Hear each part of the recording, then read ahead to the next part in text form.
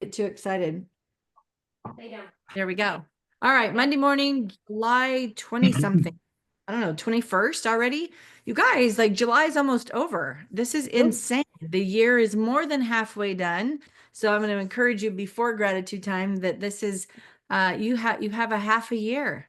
You have a half a year to hit those targets and goals. So we'll talk about that later, much later. We'll just completely defer that till later. And let's talk about things you're thankful for in your life today. Right, good. I think it's exciting news time. So you get to kick it off. Yes, I'll go first. So the exciting news is I reset my cap on April 1st. Bam. I have now officially capped. Wow, check you out. April, May, 3.5 months. 3.5 months. That's pretty bomb diggity. Way to go. Now, Look here's at what's cool. And I thought this is a great example to share with people that you're talking to real about. The closing, so I capped and then I had two back to back. So I closed a deal and it capped me, right? So I'm capped.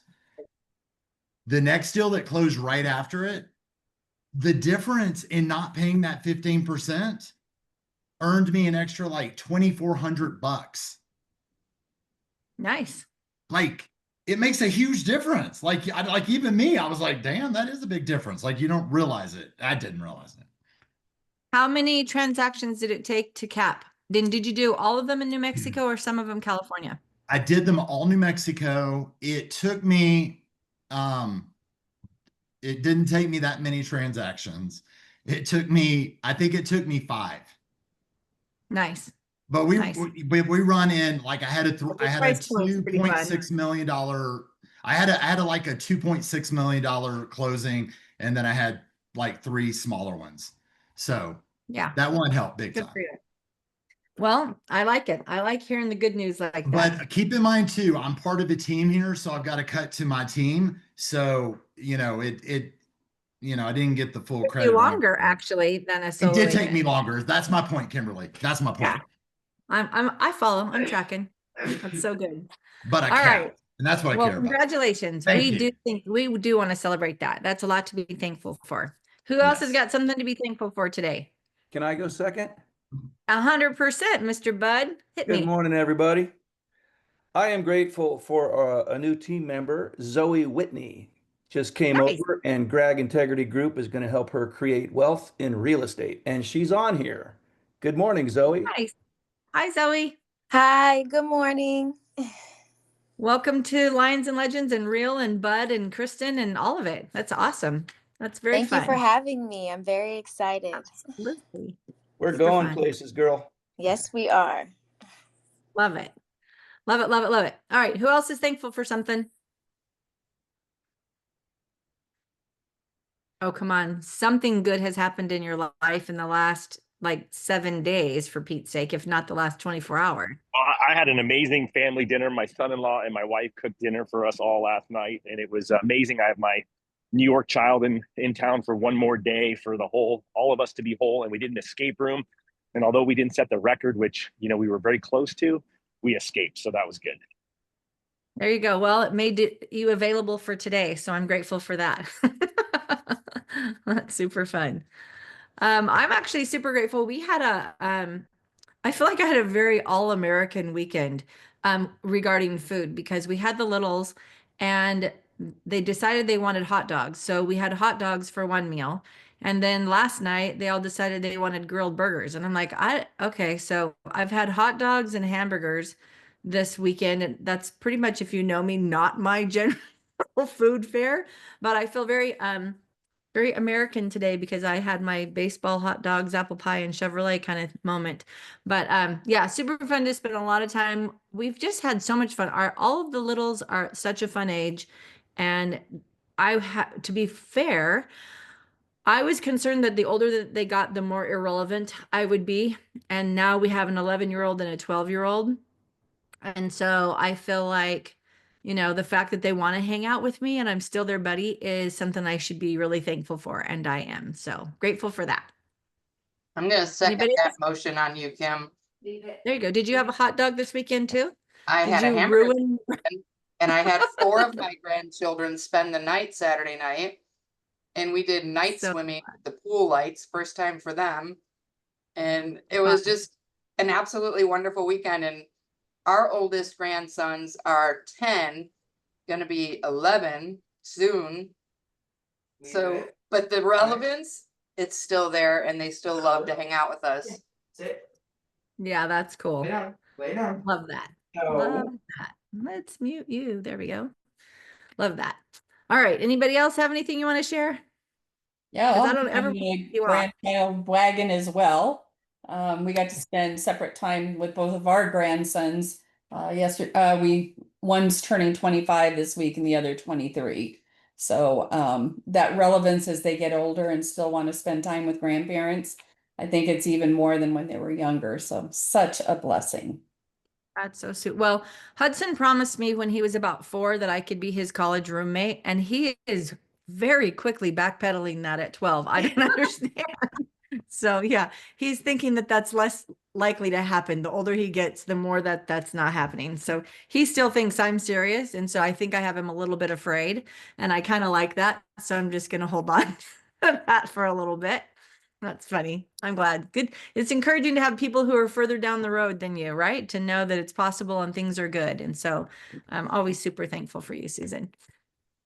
All right, Lisa Ball, you unmuted, so you must be just ready to roll. Spit it out, girl.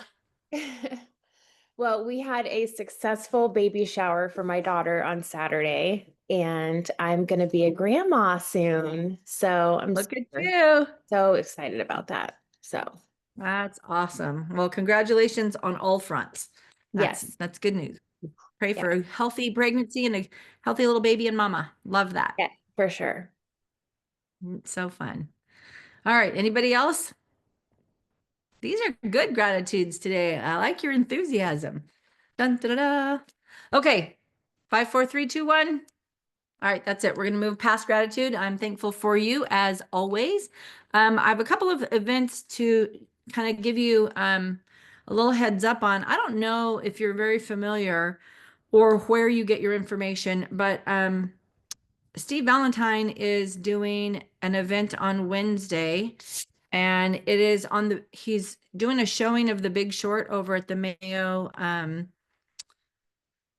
movie theater. I can't remember what it's called, but if you want to reach out to Steve and find out, it's like 10:45 to 1:30, but he's got 4 speakers, and all 4 of those speakers are pretty bomb diggity, coming from different places of expertise when it comes to the distressed markets. Matthew Potter will be there. I don't know if you guys know who he is, but he and his wife, Nicole, pretty much that's all they do is short sales. Even in our non-short sell season, that's what they've sustained on over the years.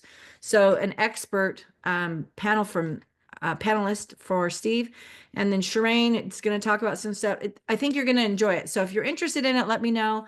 I know, or just go on his Instagram, because you can find his post and it has the link to get tickets. It's free to go to.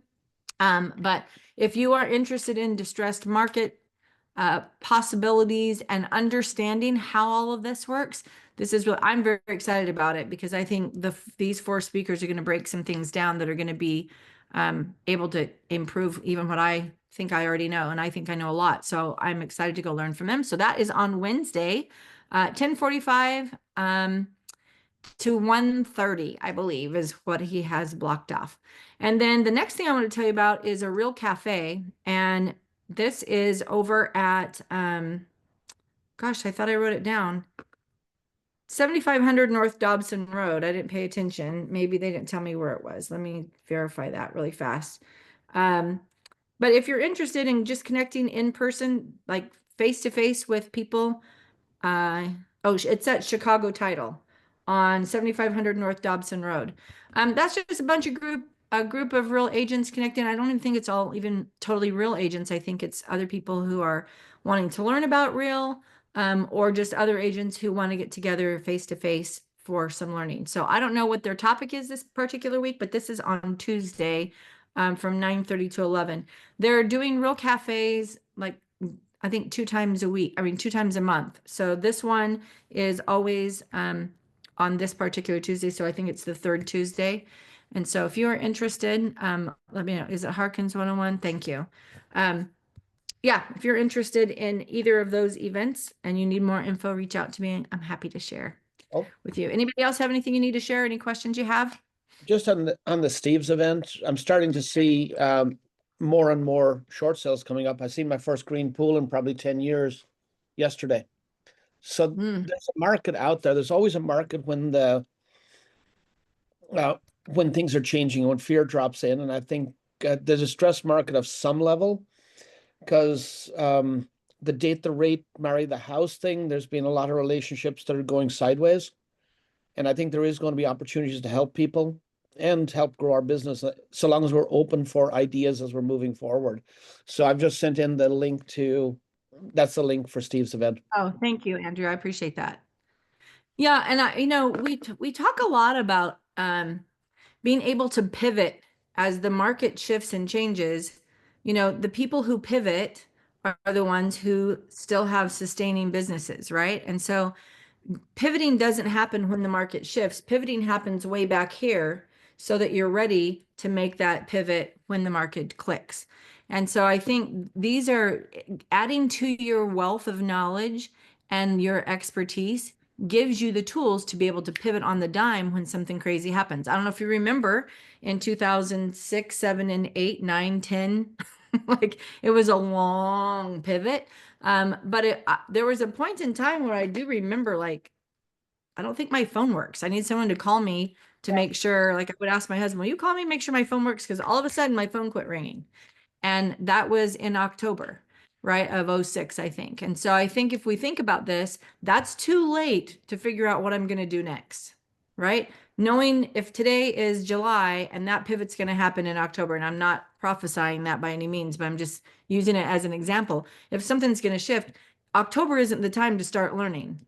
July is the time to start learning. So I just would really encourage you to do is, I would encourage you to attend Steve's event because it is that element exists in our market anyway, but there could be an acceleration of that.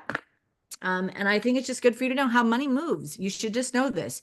We should be little mini economists, in my opinion, because if you're handling the largest transaction of someone else's money, you should be qualified to give them direction on that and what it means to buy a house. I had a conversation actually this morning with Andrew about listening to this guy talk about entrepreneurship and investing and like where that should go. And actually, I finally remembered who it was, Andrew. It was Mr. Wonderful that said that. I couldn't remember who I was listening to, but I was listening to him. And one of his things that he said was, we push home ownership so hard all the time to people. But if somebody's an entrepreneur, we should rethink that because they shouldn't be worried that if they take on a mortgage, now they have to have a job to make sure that they can fund that mortgage, right? And if they're doing that and they're entrepreneurs, they're likely, if they're launching their entrepreneurship, they're likely to have a few failures. And so we're setting them up for financial distress if we're encouraging them at the young ages of early 20s to make sure they have a mortgage. If they're entrepreneurs, you need to be couch surfing. You need to sleep everywhere you possibly can, pay the lowest possible rent you can pay while you're investing in yourself and your entrepreneurship, whatever that business is. And if it fails, it gives you time to get it back together before you're married with kids and a mortgage and all of those obligations. For any of you that entered real estate after you were married, after you had kids and had some sort of a career, you know exactly what I'm talking about, how difficult it is to get a business off the ground, right? With all the other responsibilities you have in your life. So anyway, knowing what this distress market looks like, at any given time, having that knowledge is beneficial for you. That's all I'm going to say about that. Because I have a lot of other things to say today. I'm going to transition to my own self. And I'm going to share my screen. Todd, Mr. Bookspan, sorry, I don't want to get past you. Is there anything that you want to throw in today as our mortgage man? Well, I didn't know I should have been grateful for the hot dog I had. We got this guy who cooks pizza in a pizza oven in a chicken yard, like chicken and rabbit yard here in Venice on Abbot Kinney. And he does make a hot dog. It's not on the menu, but it's amazing. He made Tara and I those hot dogs on Saturday. So absolutely grateful for for that. Mortgages are still really boring. That's kind of the bottom line. But what I'll tell you is you got a lot of clients who are stressed out about rates still being high.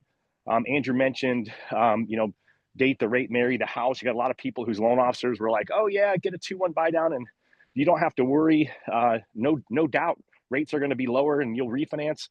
So we're actually talking to a lot of those clients right now about a strategy with where rates are today to help them figure out how to stay in their home. So if you've got any clients who are struggling with that, that would be a great conversation to send our way, because they're probably not too happy with the loan officer who didn't tell them that, guess what, rates could stay higher for longer. But other than that, I'm around. I'd love any chats anyone has that are stuck in anything mortgage related or finance related.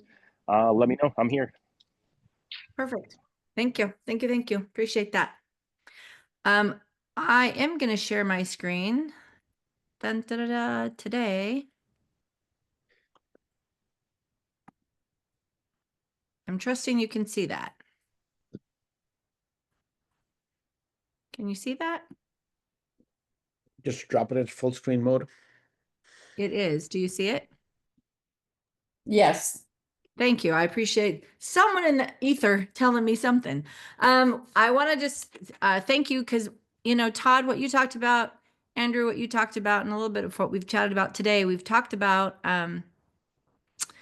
the difficult conversations, basically, people who are stressed. And I spent some time really thinking about that and put together this kind of conglomerate of tips and tricks that I think can help you. Seems so weird.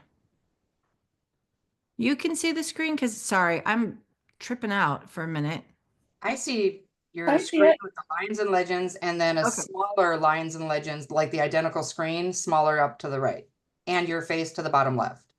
Yeah, this is bizarre. Oh, Kim, click one, on the meeting tab up at the bottom and then you'll be able to see both screens, I think.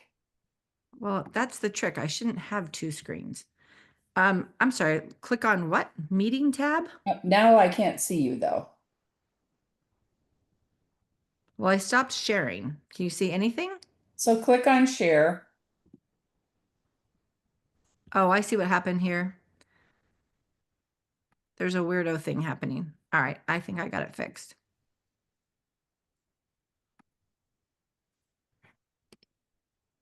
Let's try that.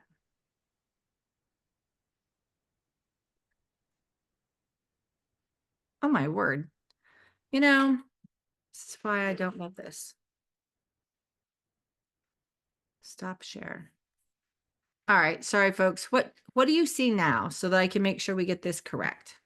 Your Just- face. Just everybody? Yeah, everybody. Okay, good. That's what you should see. Let's try the share and get it right this time. Screens, not advanced. There we go. Okay. Why won't it let me present? There we go. All right. Now is your screen full of Welcome to Lions and Legends? Yes. Yes, with the secondary screen up to the top right. Okay. That second screen has people in it? No, it has the exact same picture. Weird. Oh, I don't know what's happening. Is that going to bother anybody? No. No. Okay. Thanks for being grown-ups. I appreciate it. Oh, help me. All right. We are going to get to this. There we go. All right. So what I wanted to talk about today is really how to have some difficult conversations, because I feel like people's tempers are thin, their endurance is thin. And when I say people, I mean buyers, I mean sellers, I mean real estate agents, I mean lenders, I mean title people, I mean inspectors, I mean everybody. I think everybody is running on kind of a thin emotional foundation because we are running a race for endurance in a lot of this. And just like Todd said, when people were saying, date the rate, don't worry about it. It's all going to come down. Wait for the election to happen. Wait for this to happen. Wait for the World Economic Force to happen. Wait. But we're waiting and nothing's happening, and we're not seeing any big movement. And so a lot of people who really made these choices maybe a year ago or 2 years ago are still sweating it, right? And so we're starting to see some of that. And I think we're seeing some buyers and sellers who sellers are not loving having to pay maybe the buyer's agent commission. They're not loving maybe having to contribute to the buyer themselves. So we're seeing a compression of their equity in what they're going to receive. So their tempers are a little hotter. They're a little more frustrated with the market in selling. And by the way, if you haven't noticed, houses aren't typically selling in a nanosecond like they were just a few months back. So we're watching things happen with sellers. We're watching things happen with buyers. Buyers are frustrated because they can't get as much house as they thought they could get for the dollar amount that they're qualified for. They don't have all of their money set aside like they thought they did enough. So they're needing to ask sellers. They're mad at sellers because sellers' prices are high and they're not giving them, like, we have all these scenarios. So am I the only one who is feeling that, seeing that, experiencing that? Is that just Definitely feeling it. yeah, your clients are feeling it, right? So I wanted to spend some time supporting our agent population, right? Because I feel like we are the leaders in this. And probably now more than ever, we're seeing more and more people who are depending on their realtor to help them actually navigate the transaction versus if we go back a little ways and we go to the place where most of our clients knew more about a neighborhood than we could ever know because they live there or they're super interested in it. And by the way, if you're not familiar with this stat, I think it's just important for you to understand this little teeny stat. The Phoenix metro area spans over 14,000 square miles. So when you have a client who says, I can't believe you don't know about this neighborhood, instead of being naughty with them, just know with yourself, there's no way you can know everything about 14,000 square miles of housing projects and commercial and industrial and agriculture, right? So just understand that it doesn't mean that something in that, and that's just the Phoenix Valley. That doesn't include Tucson or Flagstaff or any of that. That is just the Metro Phoenix area. And so if you think about that, you're not going to be an expert in every single neighborhood. So just learn to do the work to become the neighborhood expert for that particular client is my personal advice. But I do think that all of those people who know more than us, they don't know more than us. They shouldn't know more than us. And we should be able to lead them effectively so that we know that we can really guide them in a way that will help them walk through their transaction and make the right choice. So I want us, and without us losing our minds, right? Or losing our tempers. It's exceptionally hot out these days, not the last couple of days. We've had really moderate weather for us, but the weather impacts everybody. There's summer road rage out there, right? We're not immune, we're humans. And so I just want to help you, like, take a big breath, bring it down. All right, so let's get to the next guy. I'm going to give you some simple ways to handle difficult clients. And the main concept I want you to know is keep calm and carry on. These people do not determine or dictate your life. This current situation is not eternal. It is just temporary. You will all walk through this. You will all survive, and you can help them do it too. All right, so let's get to it. Going the wrong way. Dun, dun, dun, dun. Why are some people so difficult? Here's a few things that I came up with, and I want you to open mics and share, because if I miss something significant, I have my pen and paper to write it down so that I can add it to this presentation, so that when we post it, you'll have all of what we talked about. So the first reason that I think some people are really difficult is they feel unheard or disrespected. My agent just mowed right over me. They didn't even listen to what I wanted. They didn't answer all my questions. We hear a lot of that. They're stressed or they're worried, right? They're stressed about, is this going to work out? Is the buyer going to come through? Is the seller going to cancel? Is the seller going to help me with repairs? Is the condition of the property going to be okay? Is something going to go wrong with my funding? There's a lot of things on the table for being stressed and worried. Where are they going to go next? How's their family dynamic in this move, right? And then there's this crazy little thing where they want things a certain way, which just happens to be their way. I think I've shared with you a couple of times my experience with a really young first-time buyer. And I remember she loved this one particular house that she found, of course, on the internet. And it was like $200,000 out of her range. And she literally sat in my car and cried, why won't they sell it to me for what I can afford? And she really believed that they should just surrender $200,000 of equity because it's what she wanted right now. It was the first adult temper tantrum I've seen in a long time. And I was like, we are not even anywhere close on the same page in your understanding of how the world works and how money moves. So people want things exactly their way. I think one of the other reasons that people become very difficult is they don't understand or they're very confused about where they are in the process or what's happening in this process. So if we don't understand, then we're frustrated. If we're frustrated, we generally have a shorter fuse. So when something minor goes wrong, we lose our cool, right? That's not we can do some things about this. And here's my all-time favorite, an outside source is giving them conflicting information. Their mom said, my uncle who has an aunt who used to be a real estate agent in Minnesota in 1965 said, this is how we should run this operation. And so when you're giving them leadership and guidance, and they're getting guidance and leadership from what they believe is a solid source, that becomes problematic, right? They become very difficult. I actually have a client right now that is taking advice from his brother who lives in Colorado. And by the way, his brother is not a real estate agent. He's not a lawyer. He's not a financier. He's nothing like that. But he absolutely knows the Arizona market and what this guy should do. And he's turned down an over asking price offer because it's not what his brother said. And I'm working with an agent partner on this one, and both of us have had this conversation with him. He doesn't care. His brother is the primary source. So that's a source of frustration for the agent. So maybe I should change this. Why are some clients difficult? Maybe that's why some agents are difficult, because of that very last one, right? Where someone else is taking advice or getting advice from someone else. Any other things that you guys can come up that are good generalizations about why clients become so difficult? Okay. I think a lot of times it's just fear of the unknown. True. My experience lately, you guys, is payment scarcity fear.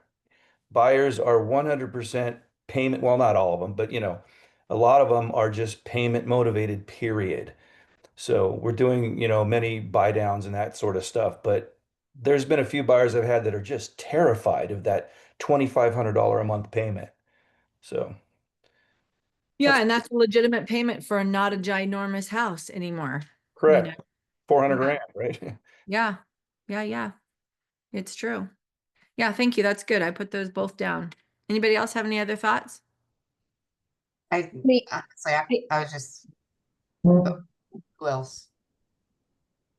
My thought was that there are those that have the optimistic view that everything else in their life has always just fallen into their lap, and they're just going to jump in and try to make it happen, not understanding where certain pieces have to be to make that happen. Yeah. And when they're not coming together, they feel that if they just jump ship to another person, that other person will make it come together, whether that be a new lender because that lender said no, or a new agent because that agent gave them advice that was probably accurate and they didn't like it. Yeah. Yeah, it's true. Super true. Yeah, that's good. Anybody else have any other thoughts about this? I think a lot of it, what I've been seeing is fear or emotional. Everybody thinks the market's going to crash, so they're holding out, and it's kind of like timing the market too. Once you think you time the market, you're too late, right? Yeah. Um, Well, it's kind of the opposite, right? Of Yeah. what Cindy just said, right? Like, or what Bud just said. They're worried about this, but timing the market, waiting for it, is really interesting because they're going to be wrong, to your point. If you wait till the market makes a shift, you already missed it. Mm-hmm. Yeah, it's a good point. Good There's point. there's another thing that's in the market as well, and maybe a little bit of a controversial piece. Agents that have been in the business have never, most of the agents in the business right now have not seen a down market. I think everybody on the call here has been through a previous down market. There's a vast majority of our agents out there whose selling skills over the last 10 years has been, do you want fries with that? Or here's what the offer is, and here's Yeah, that's a good there's been point. there's been no negotiation, and there's a level of interesting sales techniques that's out there that are hurting clients Yeah. through lack of knowledge of agents, and it's scary. Yeah, some of the information, I mean, it goes back to kind of some of that conversation I think we've all had at one time or another about the bar to getting into this industry. And it's times like these, it's markets like these where you can see that your skill set is actually really powerful. Your knowledge level and your skill set, right, actually matter. And so when you are working with a client, sorry, with a buyer or seller, and the other agent doesn't have that, it's it's 10x challenging, because now you're trying to educate your client to get them on the same lane or in the same lane as you. And then have to train the other agent who may have zero information or wrong information, or think that they know everything, but they know everything about something else, but it's not this. And then trying to direct that. So I think there's a lot of leadership that needs to take place in our industry. And it starts, I mean, honestly, it starts today with us, right? Like how we're leading our clients, how we're leading the other agent. We'll talk about that in a little bit, some of that, because these skills and these tips and strategies that I'm going to share with you here, you're going to have to deploy them not just to your client, right? These things apply all over the place. And so we'll kind of get there. But yeah, Andrew, you're exactly right. I mean, we have kind of a pandemic of our own inside the real estate industry of lack of actual business knowledge and how money moves and how to really lead and direct somebody through a transaction so their life isn't miserable. Because this isn't fun. Moving isn't fun for anybody. I don't care who you are. I had a really good friend who is a surgeon, and I used to tell him all the time, like, dude, you just need to find something to get operated on like once every 4 or 5 years, so it keeps you in touch with your patients, like what they're feeling. Because he would talk to me and I can't believe how like they're so whiny. I'm like, you just replaced their hip. Like it hurts. You've forgotten what hurt feels like, right? Because he's so scientific and amazing at what he does, but lost a lot in his bedside manner. And I think sometimes we get very mechanical about our job, right? And so we can forget what it's like to have somebody who's frustrated because, the tape isn't sticking to the box, kind of thing. So I think we need some good leadership. All right, so let's just dig into some of this. What do you do when someone loses it on you? And I'm just gonna say, I don't, by a raise of hands or just open and say, hey, uh, how many of you have had a client just lose their cue at you at any time in your career or recently even?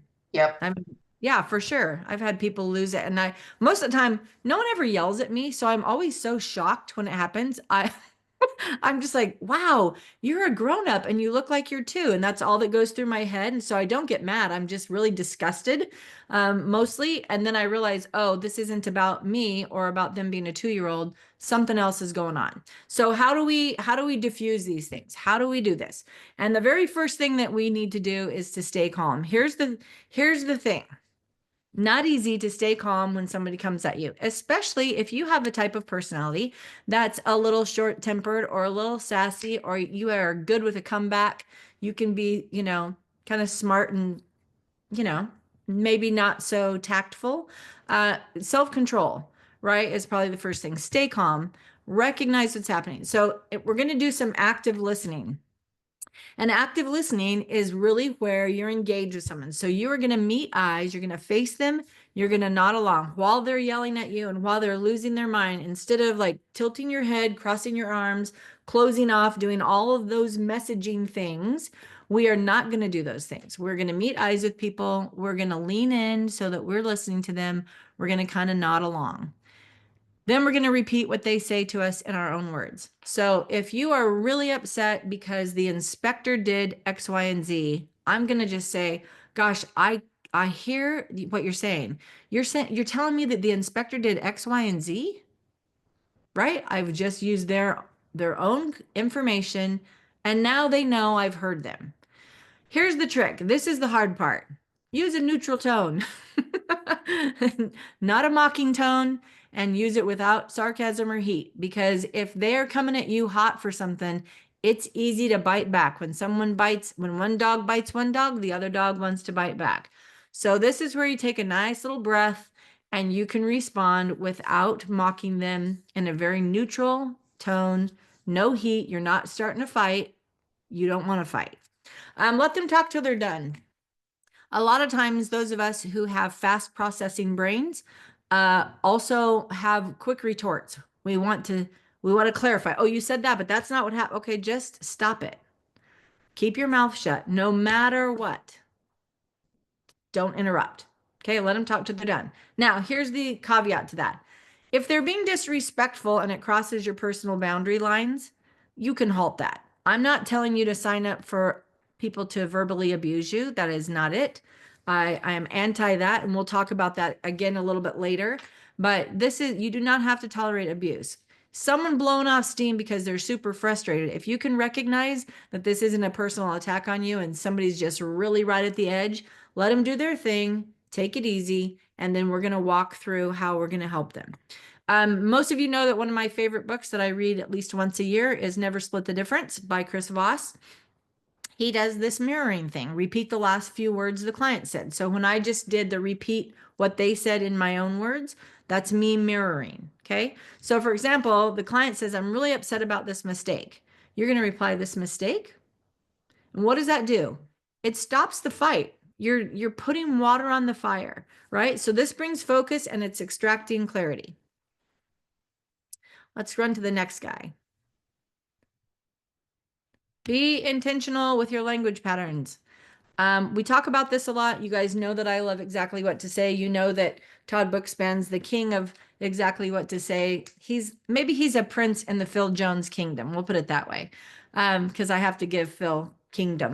But you know that. And then there's just this really great book called How to Talk to Anybody. And if you haven't learned how to talk to anybody, you should read this book because it will help you engage with people. But when I look at these things, we're going to talk about our language patterns and we're going to use words and phrases that calm people down and help them refocus versus coming at them with heat and making accusations back. So what makes you say that?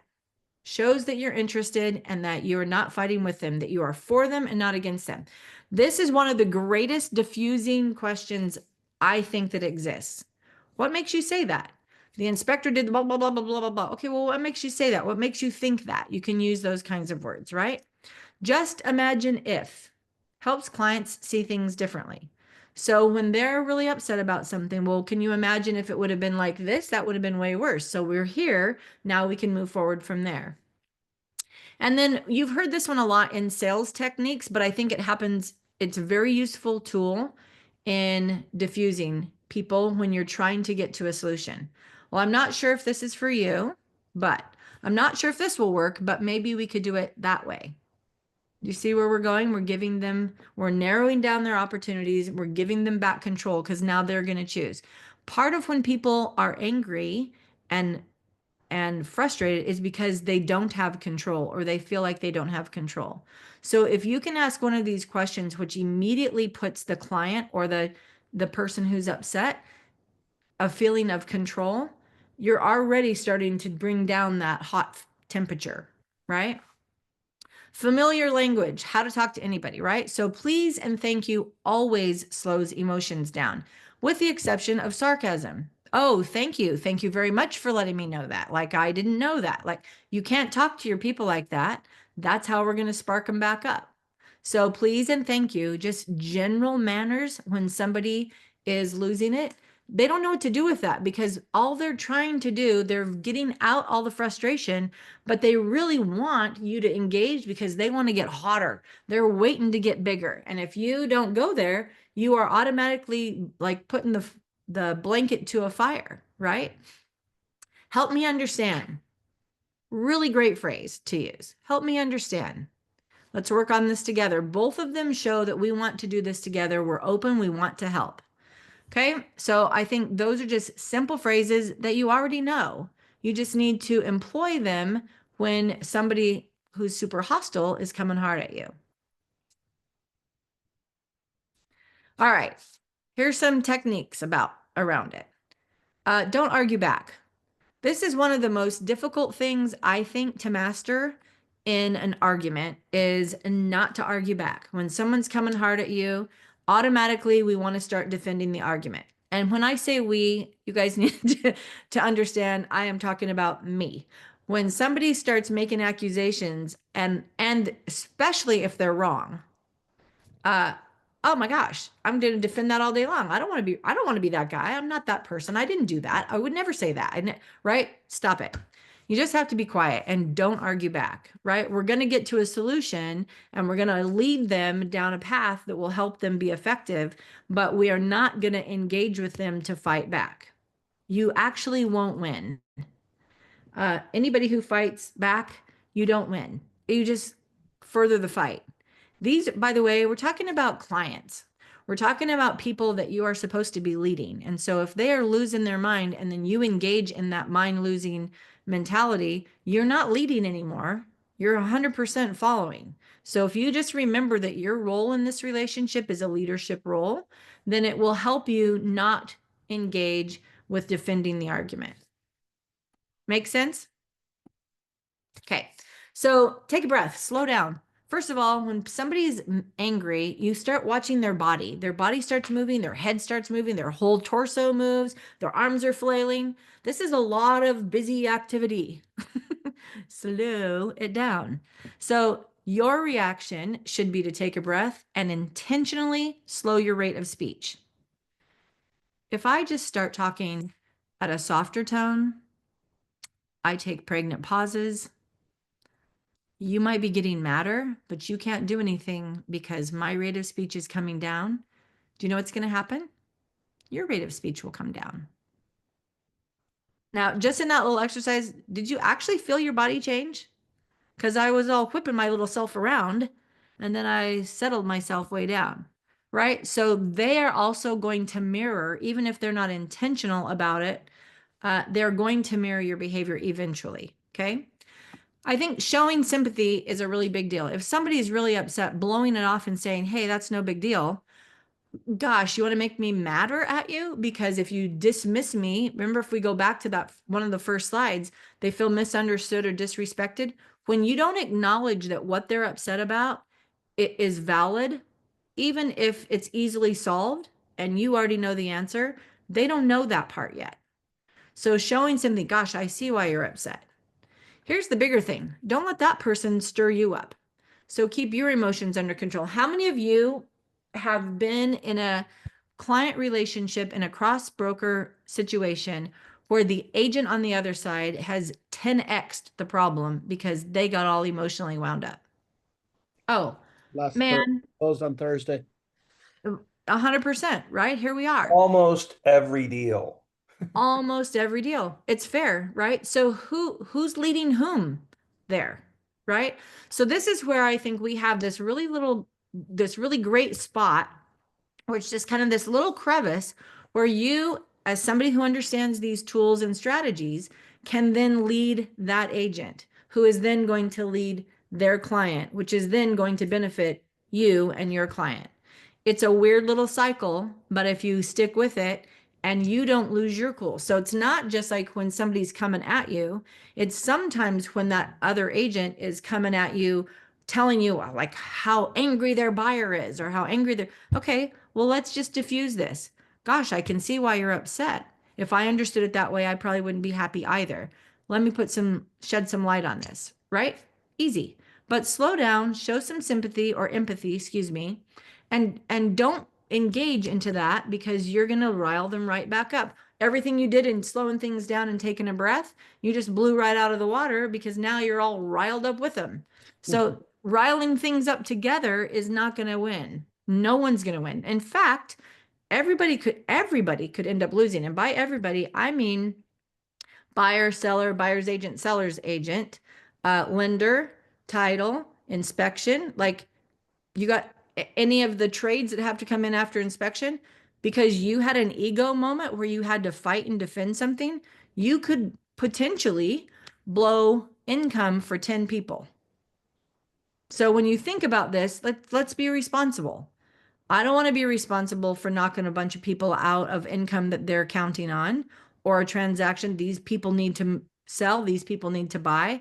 And just because I can't put my ego aside with the other agent, I'm going to blow this for 10 people. Start thinking like that. That's how you should think as a business owner. When you make a mistake, and plus, what about your transaction coordinator? What about the people that are on your team that are counting for that to get done? Right? So you have to start thinking big picture up here, not in the dirt and grime with everybody else. And so showing that empathy and slowing down and not arguing back really helps people, this is a better way to handle things. And so you're teaching all of the time. Set boundaries kindly, right? Instead of saying things like, I'm never going to do that, that's never going to happen. You can say, listen, I want to help and I will, but we, not you. Fair fighting words. Anybody know the fair fighting words? Or the not fair fighting words? You, always, never, right? Anytime I'm saying you, whether it sounds like it or not, it feels like an attack to our psyche. You do this, you do this. So if I said, I want to help and I will, but I'm not going to until you speak calmly. Okay, you just sparked another fight. So now we get into the collective. I want to help and I will, but we need to speak calmly. I think whatever should be part of those fighting words too. The eye roll, that's a whole nother thing. Or Whatever. the whatever. Yeah. Yeah. Oh, yeah. Don't get me started there. So yeah, I mean, I think you understand kind of where I'm at, right? Like, I want to help you and I will, but we need to make sure we're speaking calmly to one another. You already said you in that we, they understood what was meant, but that it hits different when you say we. Now we are in agreement. We are getting connected here. Okay. The next one is to find solutions. Let's figure out what we can do. Now, you might actually already know the answer, but if you have somebody who still remains hostile, you need their help. You don't really, but really that's how you're going to help them come down off of being hot. So if we're trying to cool that temperature, let's figure out what we can do. I have some suggestions. We could look at it this way. We could look at it that way. We could look at it this way. We could look, what do you think we should do? Which gets me to gaining consensus, which is the next one. What would make this better for you? How would you like this to be resolved? How do you think it's possible to resolve that? I didn't put this question in there, but how am I supposed to make that happen is one of my favorite phrases that Chris Voss has used. How am I supposed to make that happen? I can't even tell you how many negotiation situations I've been in, not just in real estate, but in business and in life, legal matters, personal matters, it doesn't matter. How am I supposed to make that happen? And then shut up, because they have to figure out the solution.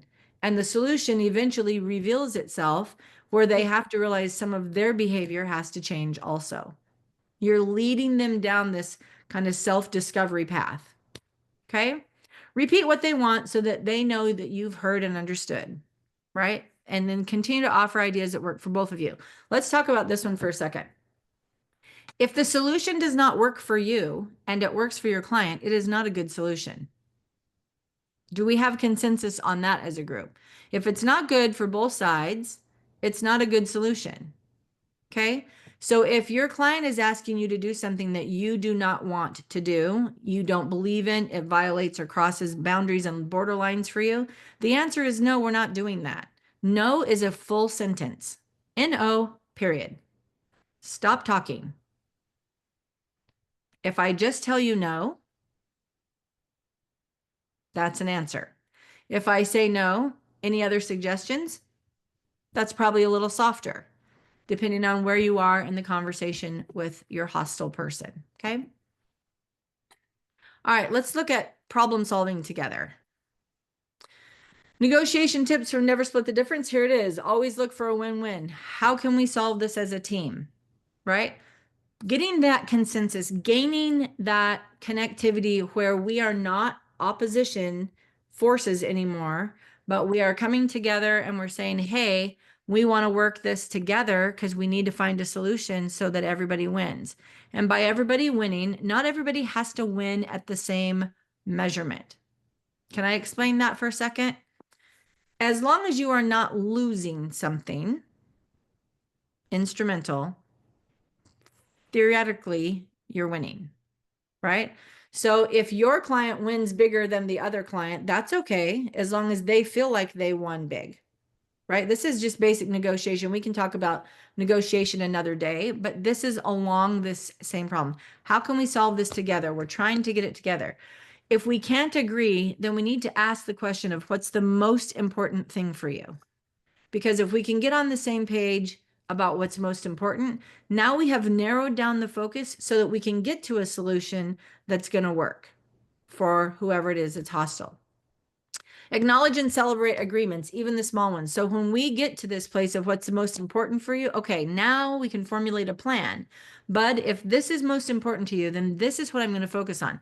All this other stuff is kind of just sitting there. Let it sit there. Let's focus on this one. We'll do one thing at a time. Will that work for you? So much better, right? Acknowledge and celebrate those agreements. So make sure that we're recognizing, okay, now we're getting somewhere. You're going to use phrases like that. Here's the thing, stay positive. This is a funny one because I wrote in here, not cheerleader, valley girl positive, but professional positive. So what is professional positive, right? This is not false hope for something.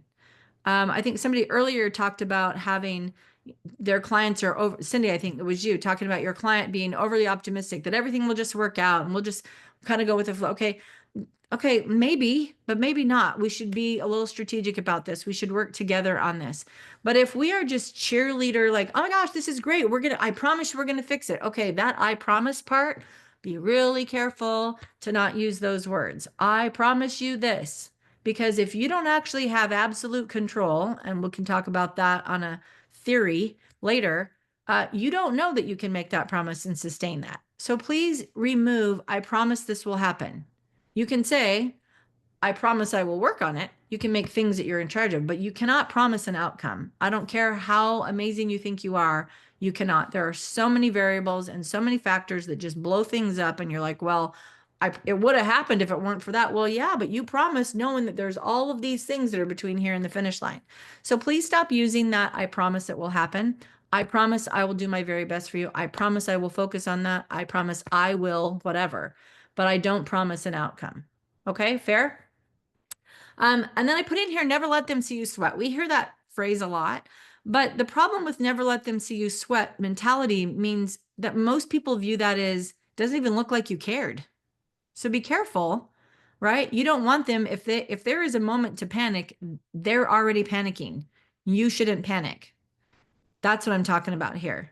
Make sure they know that you're concerned and you're on their side. Listen, whatever we're going to face together, we're going to do this together. I'm going to use my expertise and my contacts in this world to help us facilitate and answer a solution that's going to work out for us, right? I'm going to give you that. But here's where we are. They have to know you care, but they can't know you're panicking, because you need to build confidence, and that's going to lead us right in here, and remain in a solution-oriented mindset and demeanor. And so I think if we just kind of spend some time, if somebody gives you something that you've already calmed them down, you've brought them down, we're working on solutions now. Now you still have to build confidence. Hey, listen, I have 20 years in this business. I've seen a lot. I haven't seen this, but I have people who've seen this. Let me make a few calls and see how they handled it.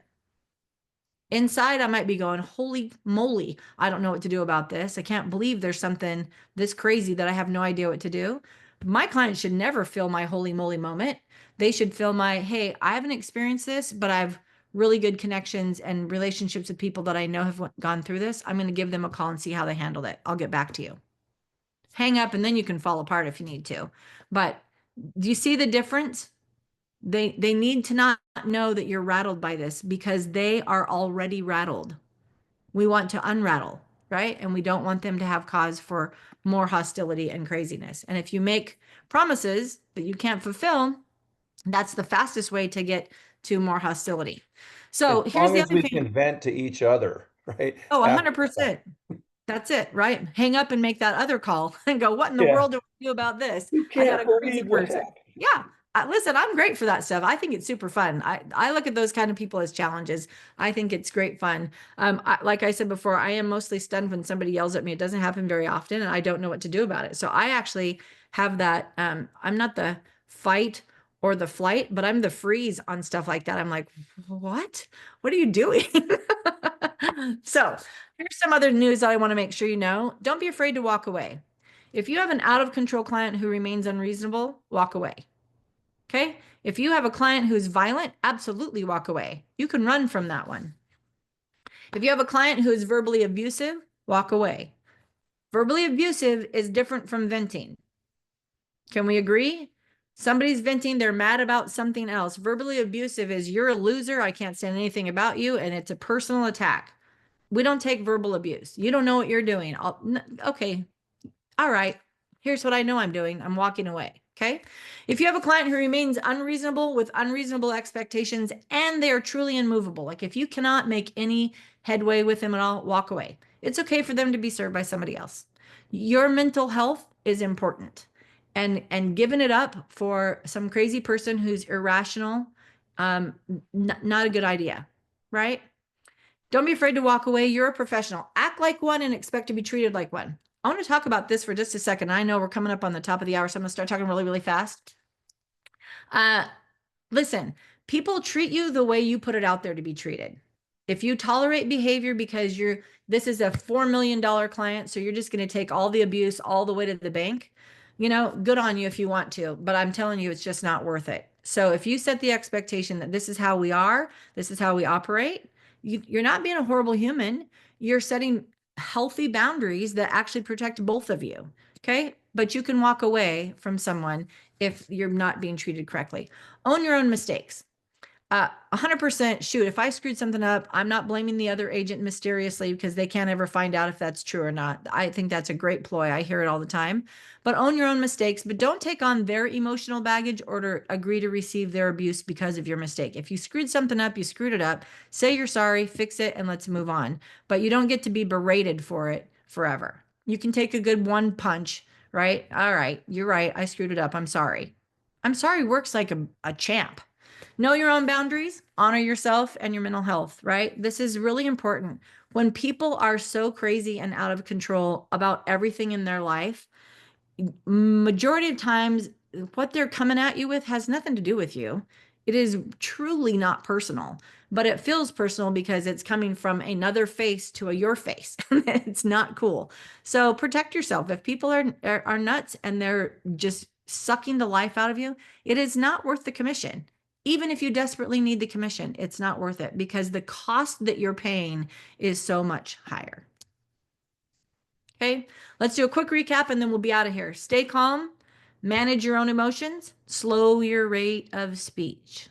Use calming words, assess their position, and determine the best questions to help them settle down. Oh, I skipped. I went wrong. Sorry. Listen first. Sorry. Listen first. Engage with your eyes and your face and let them finish. And then we already did 3, but I'll go to 4. Solve problems together and look for that win-win and gain consensus. All right. So how will you use this? I know if you guys got to bounce, you got to bounce. I totally understand. But if you want to stay and finish, this is the last slide. What words or phrases made the biggest difference for you guys today?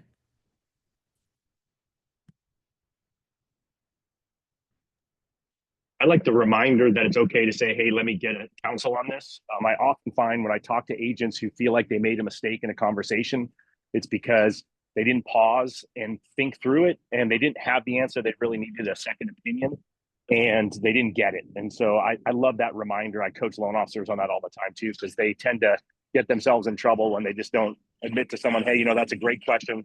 let me double check that, and then I'll give you a call back. But it's a good way to get yourself out of that situation. To allow you to take a breath, allow you to think through all these things that you just spent an hour teaching us so that we can be better in our responses. Yeah, good. Yeah, always saying, I don't know, I'll get back to you. First of all, if you say that, that's one of the most diffusing answers when somebody's barking a command at you. Gosh, I don't know. Let me find out. I'll get back to you. They can't keep arguing. You already said you don't know. They're not arguing with an answer, right? Getting back to them, by the way, allows them to cool down. And in 20 minutes, when you call them back, they're not nearly as riled up and crazy as they were before. And then no matter what, get back to them as soon as possible. Yeah, that's fair. Under promise, over deliver. I'll get Yeah. back to you by tomorrow, and then get back to them today. Yeah. Yeah. Very, very good point. Can you see how any of this is useful in just with your friends, your spouse, your children, your neighbors, the people that you encounter at the car wash, the people that, are losing their mind at the grocery store? Like, these are tools, these are life tools. We need them in our business because we have a high level of volatility rolling around in our industry. I think probably always, but I feel like it's even more enhanced over the last maybe year or so. So hopefully today has been beneficial for all y'all. I appreciate you being here. I'll see your lovely faces next week. Thanks, Thanks Kimberly. so much, Kim. Bye, guys. Rock and Bye. roll. Thank you for having me. Bye. Always nice to have you here.